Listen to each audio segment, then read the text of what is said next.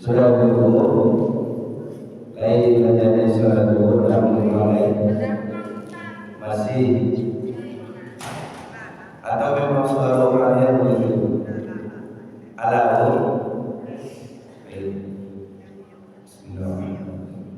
Assalamualaikum warahmatullahi wabarakatuh.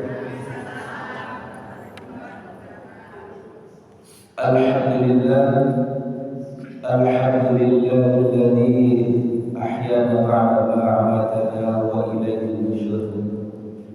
Asyhadu an la ilaha illallah wa asyhadu anna Muhammadan abduhu wa rasuluhu la nabiyya ba'dahu. Faqala Allahu ta'ala fil Qur'anil Karim, a'udzu billahi minasy syaithanir rajim. Bismillahirrahmanirrahim. وَالْعَصْرِ إِنَّ الْإِنسَانَ لَفِي خُسْرٍ إِلَّا الَّذِينَ آمَنُوا وَعَمِلُوا الصَّالِحَاتِ وَتَوَاصَوْا بِالْحَقِّ وَتَوَاصَوْا بِالصَّبْرِ. وقال رسول الله صلى الله عليه وسلم من يريد الله به خيرا يتفقه في الدين. Bapak Ibu jamaah salat subuh yang dirahmati Allah Subhanahu wa taala. Pada kesempatan yang mulia ini, sebelum melaksanakan aktivitas harian kita, kami ingin membahas satu pembahasan. Ini agak rumit Bapak Ibu, perkara fikih, tapi insya Allah ini sangat bermanfaat untuk kehidupan keseharian kita, yaitu tentang salat safar, yaitu bagaimana tata cara ketika kita dalam perjalanan untuk melaksanakan salat. Bapak Ibu sidang jamaah subuh yang dirahmati Allah, pada dasarnya salat itu sudah tetap dari jadwalnya dan juga jumlah rakaatnya. Ini hukum awalnya, al-hukumul awal. Asar 4 rakaat, maghrib 3 rakaat, subuh 2 rakaat dilaksanakan ketika waktu sudah masuk. Kemudian ada hal-hal yang mempengaruhi sehingga waktu dan jumlah rakaat salat ini bisa berubah. Salah satunya adalah dengan safar, sedang dalam perjalanan. Safar ini bukan nama orang ya Bapak Ibu. Safar ini adalah perjalanan. Dan safar ini adalah perjalanan yang dibatasi oleh syariat. Jadi tidak asal sembarangan Bapak Ibu perjalanannya. Termasuk yang tidak perjalanannya itu ada kemaksiatan di dalamnya. Jadi kok tidak masuk Bapak Ibu, kok bayi selingkuh kok tidak masuk Bapak Ibu, tidak bisa berlaku safar. Membawa anak orang, membawa istri orang kok tidak berlaku Bapak Ibu. Yang berlaku adalah hal-hal yang dibolehkan oleh syariat. Bayi mau sahur, menggale, sopir, pulang kampung, bayi nggak makan, dan ziarah segala macamnya. Yang pertama Bapak Ibu harus kita ketahui, ketika kita dalam kesusahan atau kondisi kesusahan, maka Allah menghendaki untuk kebaikan. Seperti ayat yang dibacakan tadi, yuridullahu bikumul yusra wa la yuridu bikumul usra. Allah itu menghendaki kepada kita itu kemudahan dan tidak menghendaki kepada kesukaran atau kesulitan. Maka adalah yang namanya itu rukhsah, keringanan. Dalam safar ini Bapak Ibu ada 6 hal keringanan yang kita dapatkan ketika kita perjalanan. Yang pertama adalah kita diperbolehkan untuk mengqasar salat, meringkaskan salat. Salat zuhur kita lakukan 2 rakaat, salat maghrib, salat asar kita laksanakan 2 rakaat, salat isya kita laksanakan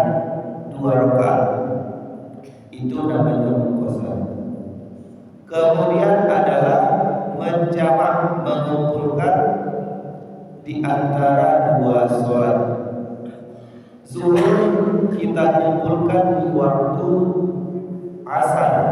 Begitu juga sholat isya bisa kita kumpulkan di sholat maghrib. Nah, sebelum kita masuk ke situ Bapak Ibu, kita lanjutkan dulu hal-hal yang kita dapatkan ketika kita dalam perjalanan. Kemudian adalah membasuh. Jadi Bapak Ibu, ketika kita perjalanan, kita memakai sepatu kulit misalnya yang panjang, dan kita sudah berwudu sebelumnya, maka dibolehkan menyapu sepatu tersebut. Pembahasannya nanti beda Bapak Ibu, panjang pula pembahasannya. Tapi dibolehkan tidak membuka sepatu ketika kita berwudu dalam perjalanan. Kemudian yang keempat adalah mengganti sholat. Mengganti sholat Jumat menjadi sholat zuhur, boleh Bapak Ibu. Kemudian adalah membatalkan puasa. Kemudian adalah sholat di atas kendaraan. Yang kita fokuskan pada pagi ini adalah menjamak dan melaksanakan sholat. Bapak Ibu yang dirahmati Allah Subhanahu wa taala, kita lihat dulu dalil dari apa yang akan kita bahas pagi ini, yaitu di surah An-Nisa ayat 101. Bismillahirrahmanirrahim. Wa idza darabtum fil ardh falaysa 'alaykum junahun an taqsuru minas salat. Dan apabila kamu berpergian di muka bumi, maka tidaklah berdosa bagimu untuk mengqasar salat. Maka dari ayat ini para ulama-ulama mazhabul arba'ah, mazhab yang keempat, terbagi untuk memahami ayat ini. Yang pertama adalah Imam Hanafi. Beliau memahami ayat ini dengan seseorang wajib untuk mengqasar salat ketika dia sedang dalam perjalanan. Karena beliau beralasan Allah sudah memberikan kita kemudahan, maka kita masih mempersulit diri kita. Maka ini adalah sikap sombong, kata Imam Hanafi. Kemudian yang kedua adalah Imam Maliki dan juga Imam Hambali, mengatakan bahwa ini adalah sunnah muakkadah, ketentuan atau sunnah yang dikuatkan, ancaknya, afdolnya kita melaksanakan qasar, meringkaskan sholat. Tapi kok dilakukan juga al-rakaat ketika perjalanan sholat zuhur, asar, isya tadi kuliah. Dan menurut Imam Syafi'i itu sama-sama dibolehkan, tergantung kepada kondisi kita Bapak Ibu. Kok lapar waktu kuliah al-rakaat, tapi kok tak aja di supir berklakson, laju klakson dari luar, capek lah payah oleh sementara ancak dilakukan dua rakaat atau diqasar. Kemudian Bapak Ibu yang dirahmati Allah, berapa jarak yang dinyatakan boleh menjamak dan mengqasar salat? Pernah melakukan Bapak Ibu? Lain ya Bapak Ibu. Jaraknya itu paling tidaknya menurut pendapat ulama adalah 81 km. Dari mana Bapak Ibu kalau kita bayangkan? Dari Padang misalnya, Paikam Tinggi dan kemudian Bapak Ibu.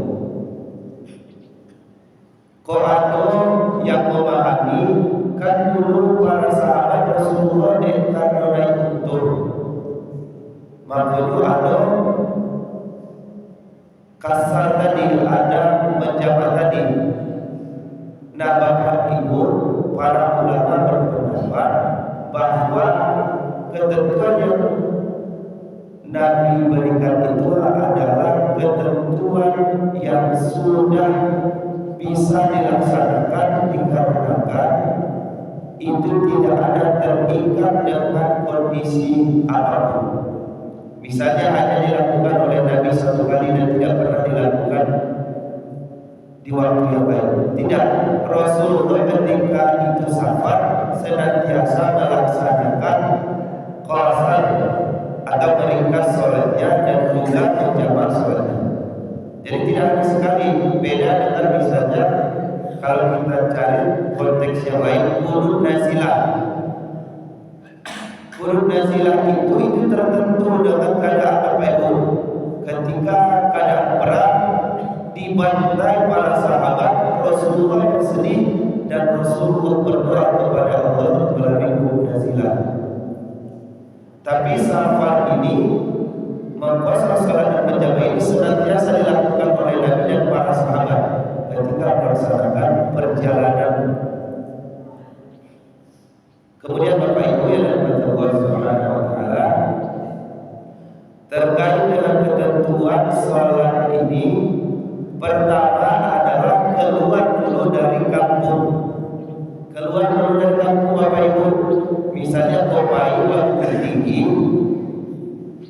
awalnya dia kini ke Bukit Tinggi. Awal melaksanakan sholat tetapi masih Singgo, sedangkan di Singgo masih kampung awal, berarti belum boleh keluar dulu dari Ketapi, misalnya lah sampai ke Lukanur, lah sampai ke Kayu Tanam di asfal Bapak Ibu, karena bisa jadi niat kita tadi berubah, timbul telepon, tidak jadi Bapak Ibu diatur urusan, sedangkan awalnya mengkuasai sholat tadi, menjamak sholat tadi, tapi kalau keluar dari kampung berarti dia telah terjalankan. Ya Bapak Ibu, syarat dari melaksanakan perjalanan tadi keluar dulu dari kampung, kemudian perjalanannya adalah yang tidak ada unsur kemaksiatan. Dan kemudian Bapak Ibu, perjalanan itu dihitung mulai dari rumah sampai ke tempat kita sampai kepada tujuan. Dan kemudian ada beberapa ulama yang memahami jangka waktu berlakunya qasar dan jamak sholat ini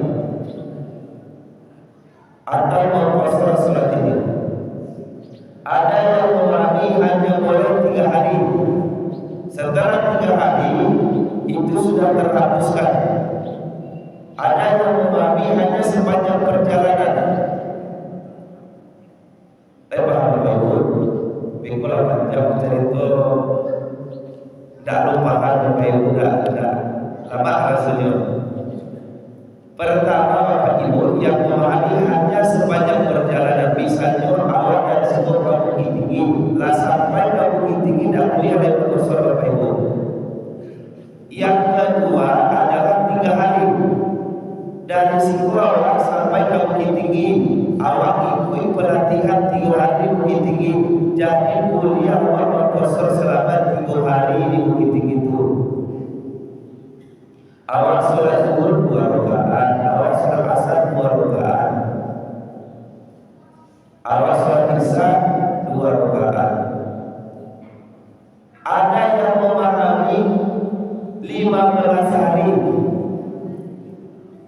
kuliah di hari, bahkan yang paling ekstrim Bapak Ibu, seumur hidup selagi dia berniat dan menanamkan dalam hatinya dia akan kembali ke kampungnya. Jadi ada Bapak Ibu itu orang yang safar tapi dia pergi merantau dengan niat dia akan kembali ke kampungnya. Jadi selama 20 tahun dia merantau, dia selalu mengqasar sholatnya pernah dia sempurna sholatnya, sholat berbarokah tadi, karena dia menanamkan dalam hatinya dia dalam perjalanan, sedang dalam perjalanan dan akan kembali ke kampungnya. Jadi mana yang pilih Bapak Ibu? Mana yang kita pilih? Kalau pendapat yang paling kuat adalah 3 hari. Jadi Bapak Ibu harus kita pahami, ketika kita belajar fikih, kita sedang tidak belajar hukum yang tetap. Ini harus kita pahami. Dia hukum yang mutaghayyir, hukum yang bisa berubah, hukum yang bervariasi. Dalam pelajaran fikih namanya tanamu fil ibadah, variasi model-model dalam beribadah. Jadi dalam fikih perdebatan hanya satu saja yang benar itu sangat susah Bapak Ibu. Karena pemahaman itulah yang bisa melahirkan banyak perbedaan. Dari mana dalilnya Bapak Ibu? Sebelum kita menyelesaikan dari pembahasan sholat jamaah asar tadi, fikih itu Bapak Ibu yang rahmat Allah Subhanahu wa taala bisa dilihat ketika Rasulullah SAW menyuruh para sahabat menuju suatu kampung. Rasulullah menyuruh para sahabat menuju suatu kampung, lalu Rasulullah berpesan, jangan sholat asar kecuali setelah di kampung ini. Kami lupa nama kampungnya. Setelah di kampung ini, lalu para sahabat pergi berjalan. Setelah belum sampai di kampung yang disampaikan oleh Rasulullah tadi, waktu asar sudah mau habis. Satu sahabat menyampaikan, ayolah kita sholat karena waktu sholat asar mau habis. Kemudian mereka melaksanakan sholat asar. Sebagian lagi menyatakan Rasulullah menyampaikan jangan sholat asar sebelum sampai ke kampung tersebut.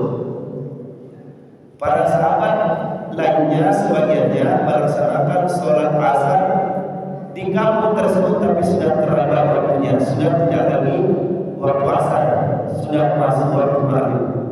Kemudian mereka pulang dan mengadukan kepada Rasulullah SAW, ya Rasulullah, kami sudah melaksanakan yang engkau sampaikan tadi, yaitu melaksanakan sholat asar di kampung tersebut. Lalu kelompok yang satunya lagi berdebat, ya Rasulullah, mereka sholat itu sudah lewat waktunya, sedangkan kami sholat asar sebelum kampung tersebut. Rasulullah SAW hanya menjawab dengan senyuman. Artinya apa? Ada 2 pemahaman ketika satu kalimat atau satu perkataan Rasulullah dipahami dengan 2 cara yang berbeda. Maka Rasulullah hanya tersenyum, dan situlah para ulama memahami bahwa fikih itu berbeda-beda, masih diperbolehkan asal dari dalil yang bersumber dari Rasulullah SAW dan dari Al-Quran. Kemudian Bapak Ibu kita lanjutkan. Sholat asar tadi hanya diboleh dilakukan sholat zuhur, sholat asar dan sholat isya, yaitu meringkasnya dari 4 rakaat menjadi 2 rakaat. Awalnya 4 rakaat menjadi 2 rakaat. Tapi Bapak Ibu tidak boleh orang yang sedang dalam perjalanan ikut bermakmum. Di awal manin-manin tahun, di awal berasul-rasul dalam beragama, awal sudah lama kaki kuda berjamaah. Inyo satu sholat zuhur berjamaah Bapak Ibu, tapi nyo dalam niyo balapehan kesel. Jadi dia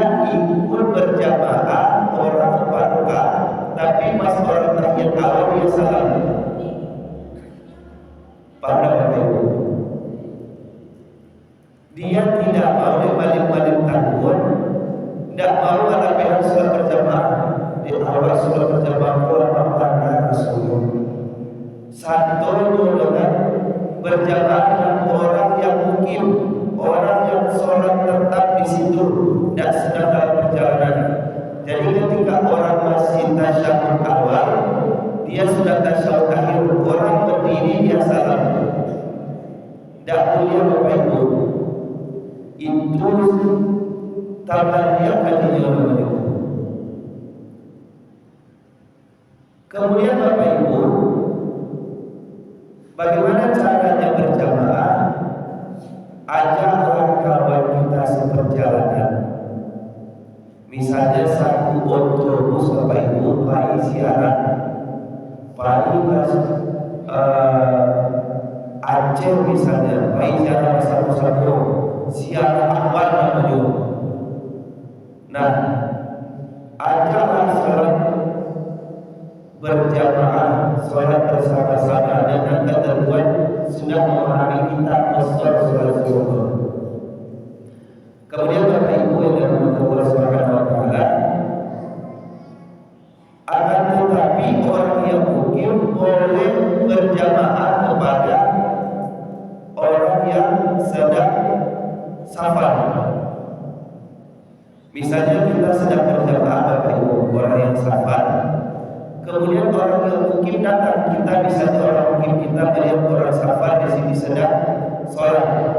Kita orang mungkin kita mengikut mereka berjamaah boleh Bapak Ibu. Tapi kan mereka sholatnya 2 rakaat. Ketika mereka salam kita tambah 2 rakaat lagi. Itulah fikih Bapak Ibu. Harus ada ilmunya.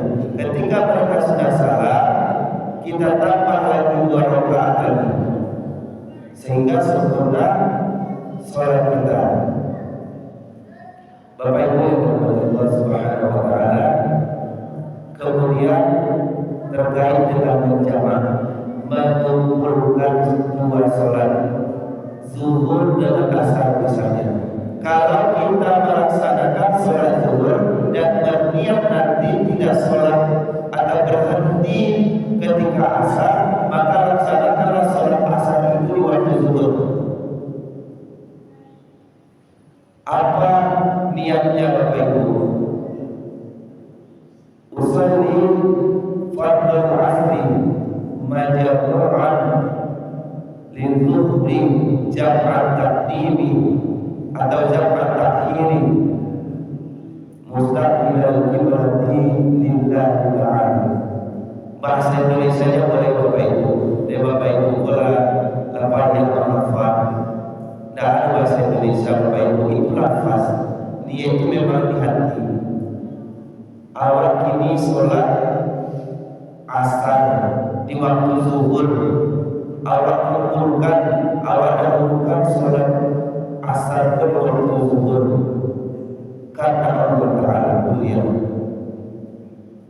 Jadi Bapak Ibu, niat itu atau yang kita sampaikan usolli wa nuruhi arba'atin ada lillahi ta'ala, itu adalah nafas untuk menguatkan niat kita. Jadi niat itu adalah dalam hati kita. Ya, Ustaz Iko menjelaskan takaiku satu lihat. Itu namanya tadi fikih tadi. Ketika masih ada dalil itu diperbolehkan. Ya Bapak Ibu, inna Allah Subhanahu wa taala, kalau kita membahas fikih sebenarnya tidak cukup Bapak Ibu, Ustaz aja mencukupi 20 menit, apalagi 15 menit. Tapi mudah-mudahan bermanfaat apa yang kami sampaikan dari pembahasan tentang sholat safar ini.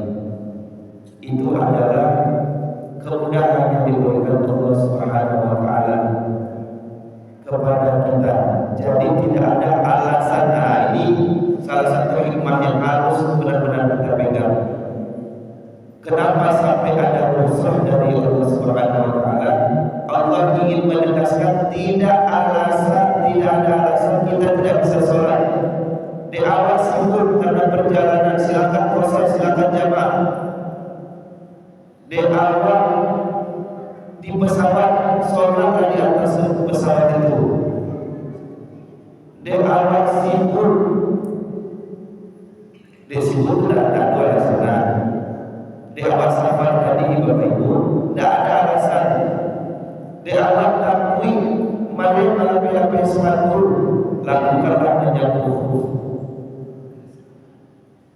Bapak Ibu yang dirahmati Allah Subhanahu wa taala, semoga dengan pembahasan kita pagi ini memberikan pemahaman kepada kita dan juga menambah giat kita untuk beribadah dan lebih hati-hati dalam beribadah.